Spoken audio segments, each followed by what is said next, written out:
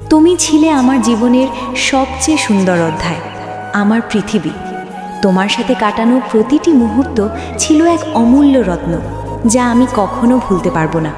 তোমার হাসি, তোমার কথা, তোমার চোখের মাঝে হারানো যাওয়া প্রতিটি স্বপ্ন, সব কিছুই যেন আজও আমাকে ঘিরে আছে। তোমার অনুপস্থিতি যেন আমার সমস্ত পৃথিবী থামিয়ে দিয়েছে।